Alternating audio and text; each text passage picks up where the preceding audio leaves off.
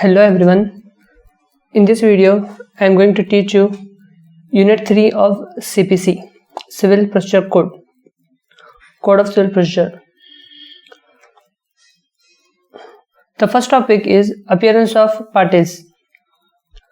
So, appearance of parties is covered under Order 9 of Code of Civil Procedure.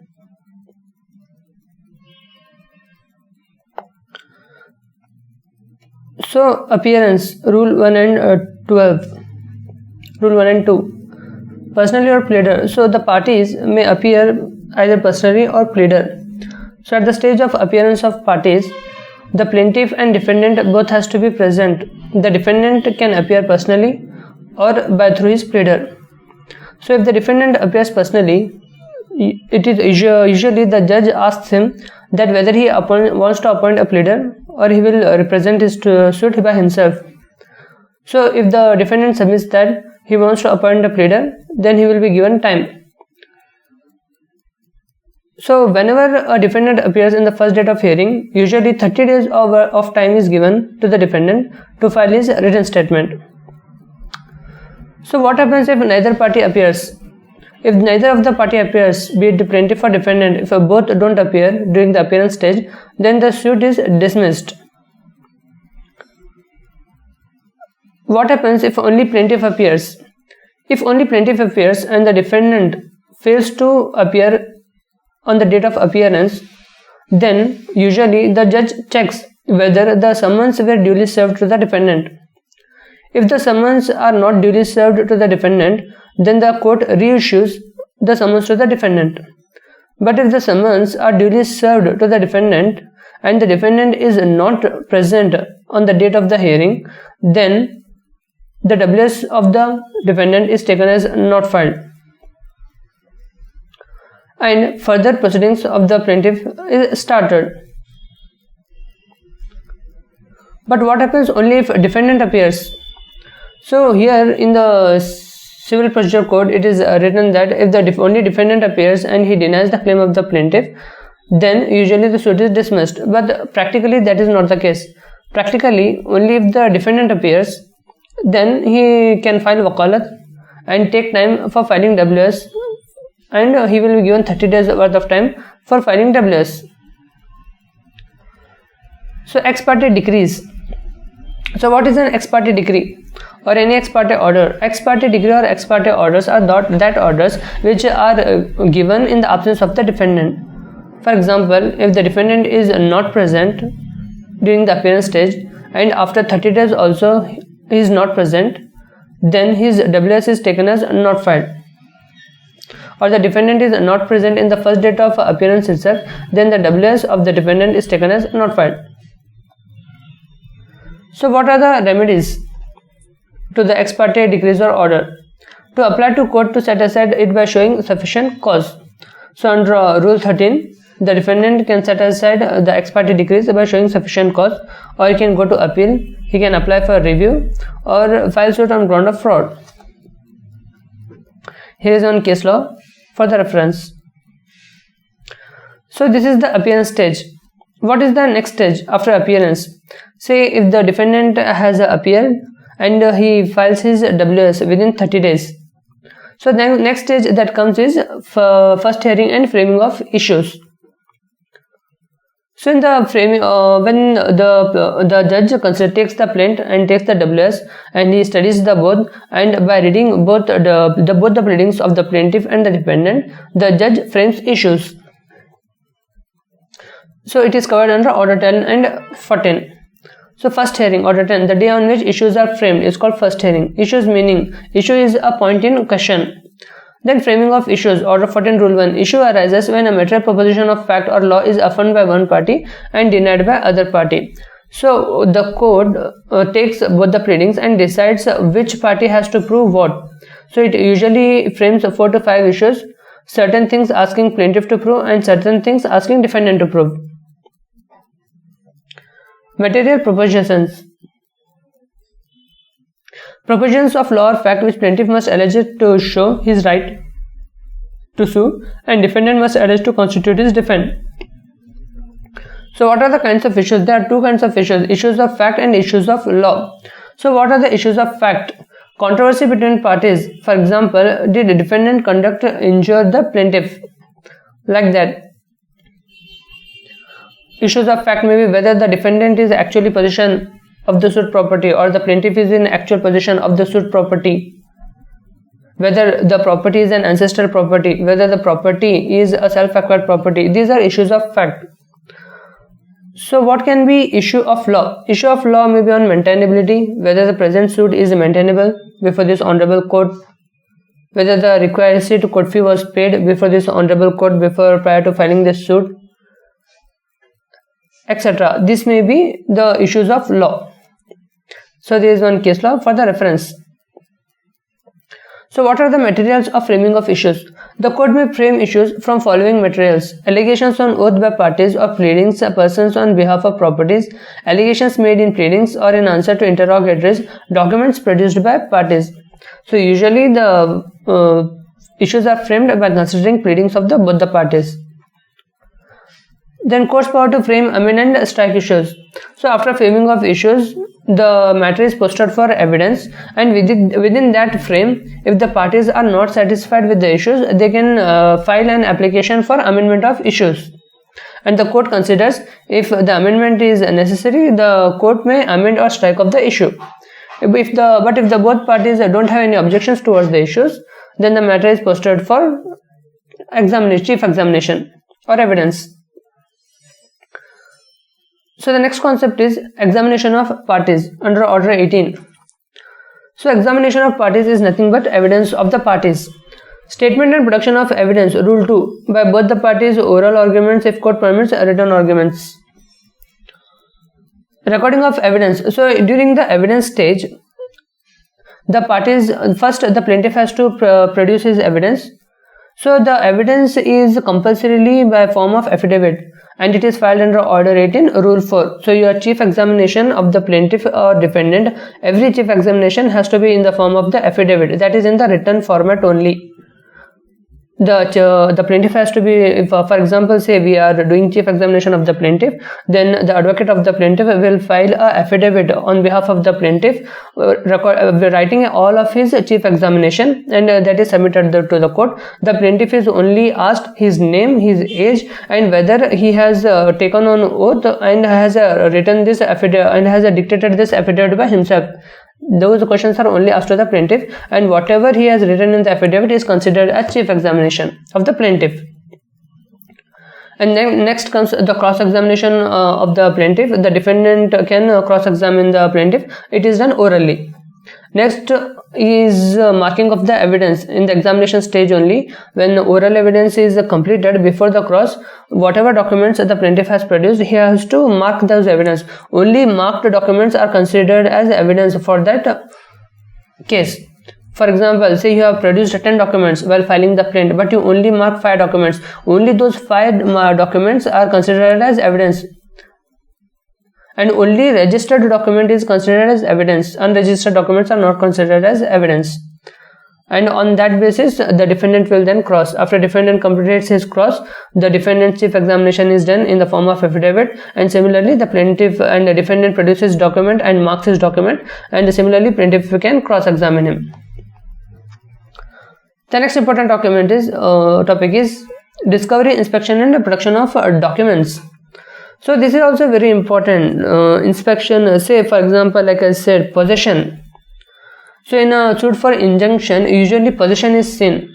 So if who is in the possession, the court declares a favor in his favor. Say if a person is not in possession of the property and he seeks injunction that no one should obstruct his peaceful possession over that property, then court will not entertain it. Court will first see who is in the possession of that property, and only he is entitled for peaceful possession of that property. So discovery, inspection, and production of documents, what we do is we appoint a court commissioner. For example, if I have to prove the possession, then I will have to appoint a court commissioner.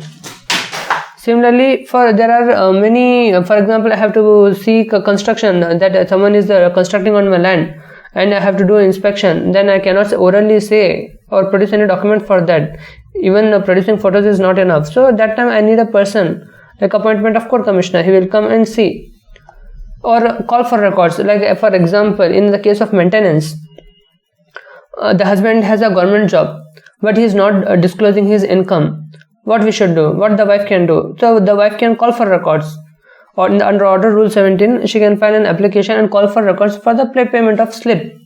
And when the salary certificate comes, the income of the husband is disclosed. Or for attachment, if the husband fails to pay the maintenance for many years, then we can call for record for his payment slip and then attach the payment slip for maintenance, etc. Like that, we can call for record. And interrogatories or inspection. What are interrogatories? Series of questions that one party asks another to get information, a discovery of facts, answers that other party gives.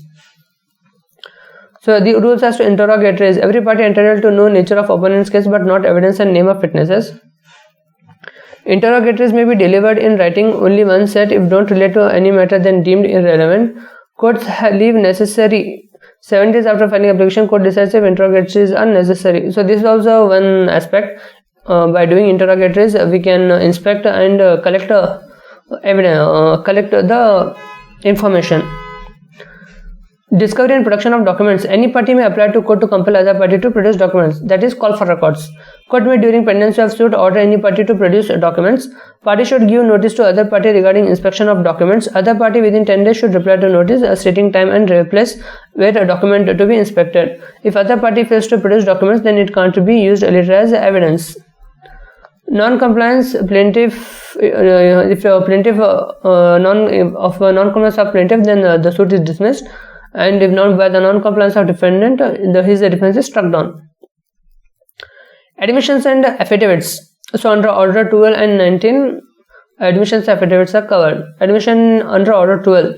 Any party by oath or writing admit truth or partly or wholly of case of other party. Object cheapening and shortening litigation. So what are admission? Why do one party may admit other's party?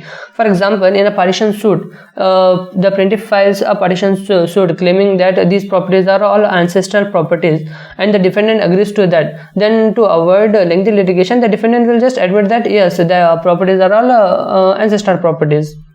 Or he may contest it, like saying that no, the properties are not ancestral properties, they are my self-acquired properties, etc. A genealogy diagram. In a partition suit, genealogy diagram is drawn. The defendant, if the genealogy diagram is correct, he will just accept it.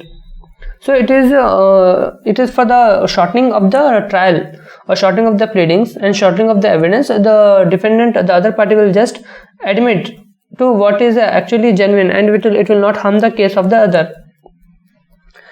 What are the kinds of admission? Admission in pleadings, that is in plain or written statement. They may be expressed by pleading or constructive in the form of pleading adopted by agreement of parties, by oath, during examination by court, or in chief examination also they can give admission.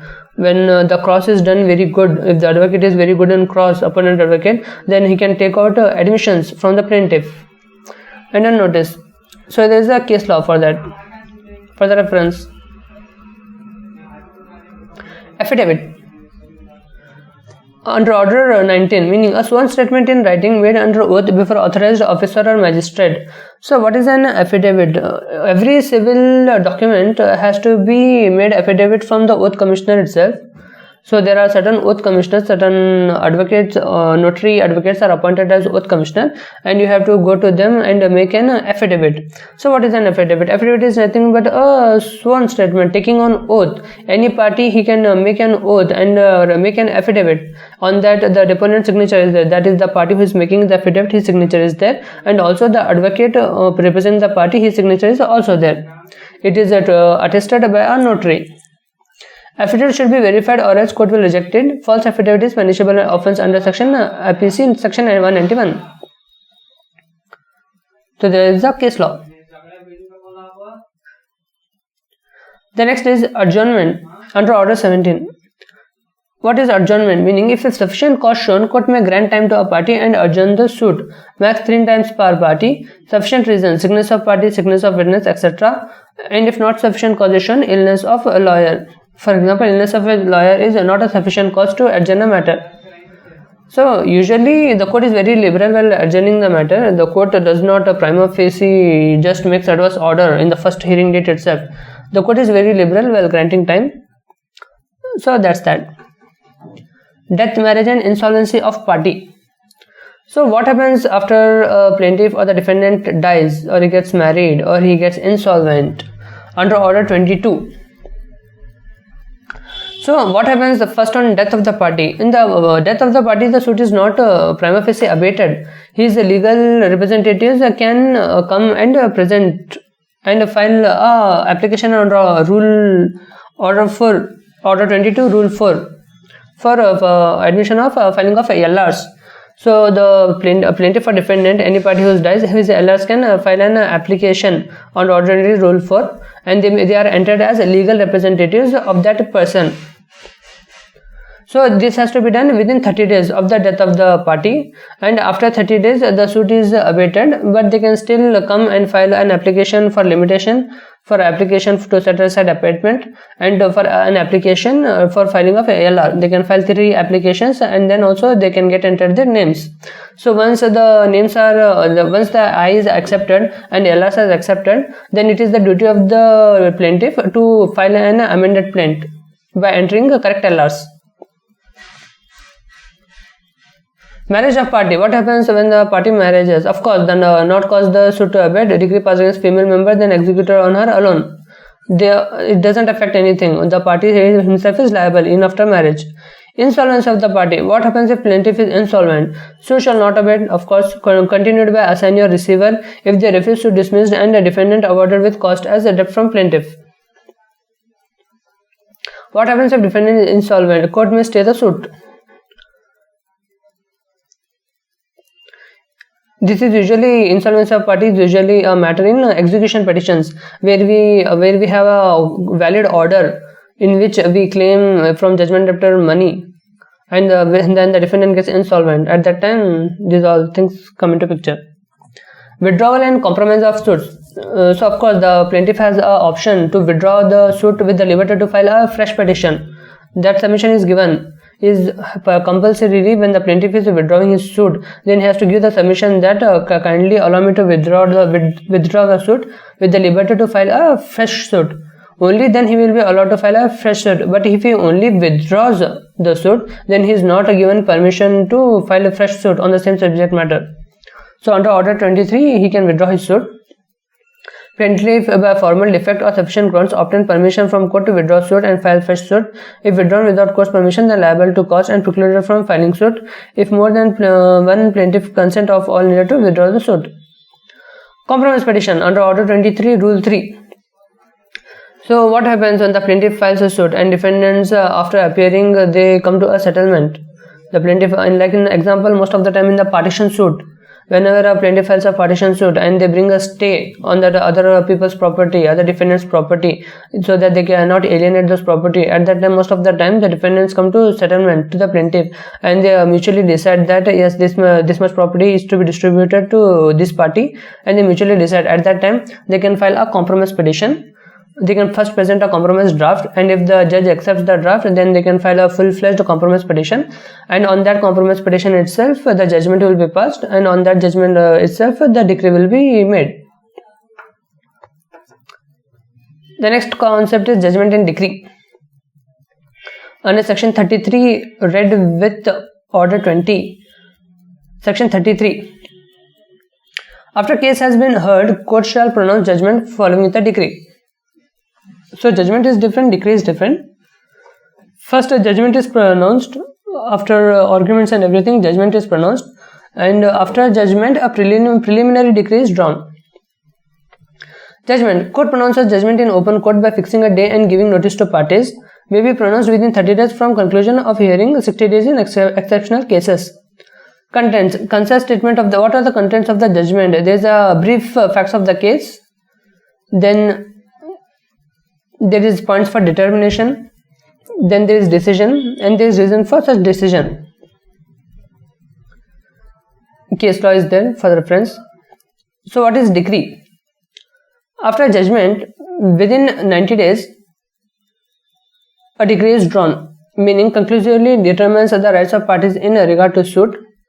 Types: preliminary decree, adjudication decides rights of parties but doesn't completely dispose the suit.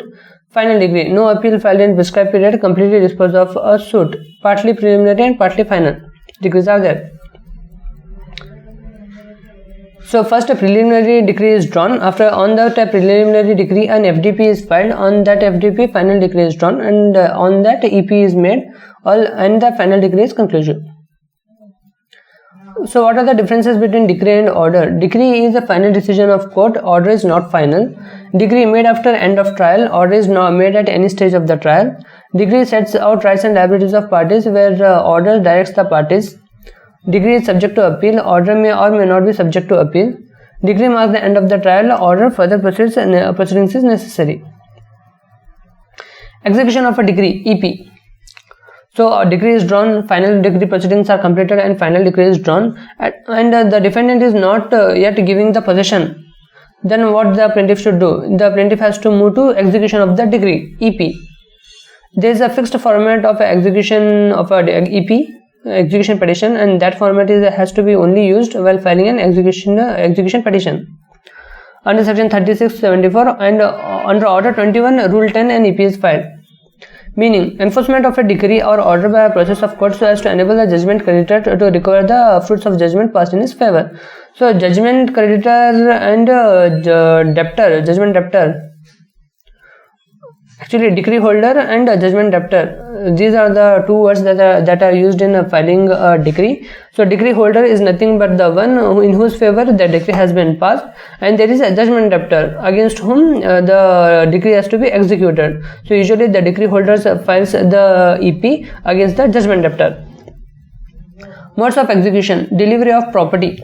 So what are the modes of execution of the EP? First is delivery of the property, movable, seizure and delivery to decree holder, detention of judgment debtor, attachment of property, both detention and attachment. Immovable, actual possession must be delivered. So usually in immovable property, if the defendant doesn't provide a possession, then EP may be filed for compel him to deliver the possession. Attachment and sale of a property, like in EP where you are recovering money and the defendant is not obeying, then his property may be attached and they may be sold. Arrest and detention, if the defendant is insolvent, he doesn't have any property, then you may enforce arrest. But when the defendant is arrested, the plaintiff has to bear his cost. That is the drawback. Appointment of receiver, known as equitable execution, exceptional remedy only on strong case. Other modes, partition by collector, maintenance, periodical payment, etc. So this covers unit 3 of CPC. Thanks for watching.